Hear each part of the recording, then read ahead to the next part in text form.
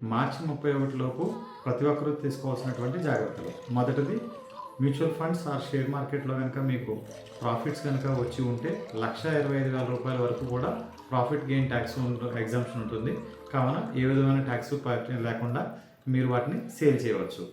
రెండవది, PPF Sukanya Samriddhi Yojana accounts మీకు ఉండి ఈ సంవత్సరం కనుక మీరు ఏ విధమైనటువంటి డిపాజిట్స్ చేయకపోతే మార్చి 30 లోపు కనీసం రూ. 5,000 డిపాజిట్ చేయండి. చెయ్యని వారికి వారి అకౌంట్స్ ఫ్రీజ్ అవుతాయి.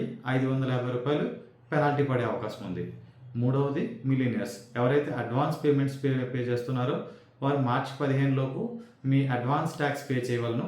అడ్వాన్స్ ట్యాక్స్ పే చేయని వారికి 1% టోటల్ మీద 1% ఎవ్రీ మంత్ పెనాల్టీ పడే అవకాశం ఉంది. మరి ఈ కిందది ఏంటి అని చూస్తున్నారా? ఎస్, ఇది పూర్తిగా middle class, rich people, millionaires. Middle class people వారు ఎంతసేపు మా జీవితం చిన్నది, ఇప్పుడే ఎంజాయ్ చేయాలని చూస్తారు. ప్రతి 2 సంవత్సరాలకి కార్లు మారుస్తూ ఉంటారు. వారు ఫిక్స్డ్ డిపాజిట్ అనేది బేస్ అవుతారు. మరి రిచ్ పీపుల్ వీళ్ళు హౌసెస్ లాంటివి పర్చేజ్ చేసి రెంటల్కి ఇవ్వాలని చూస్తారు. షేర్ మార్కెట్ చూస్తారు. రిటైర్మెంట్ ఫండ్స్ ఆఫ్టర్ రిటైర్మెంట్ గురించి ఎక్కువగా ఆలోచిస్తారు. మిలీనియర్స్ రెంటల్ ప్రాపర్టీస్ని డెవలప్ చేస్తారు. టుగెదర్ కొలాబరేషన్స్ తోటి బిజినెస్ చేయడానికి ప్రయత్నం చేస్తారు. షేర్ మార్కెట్ అండ్ మ్యూచువల్ ఫండ్స్లో ఇన్వెస్ట్ చేయడానికి చూస్తారు.